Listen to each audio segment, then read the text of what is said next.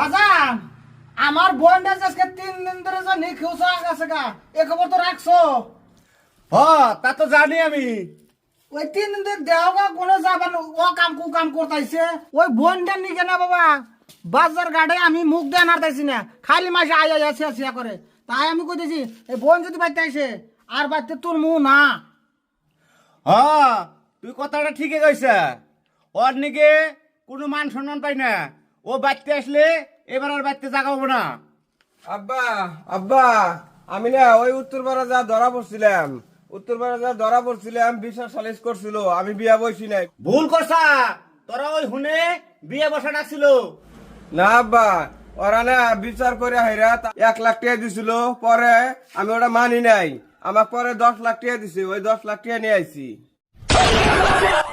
এ বোন তুই এবার যাবি কাম তুই কয়া গেলি না কে? আমরা আর তোর টেনশনে ভাত পানি হাতে ছাড়ছি না বা। এ যাই রে, তুই কথা কইস না। তুই পুরা না হয় যদি একটা মেয়ে হইতি, আজকে আমার কপাল ফাইটে গেত রে, আমার কপাল ফাইটে গেত।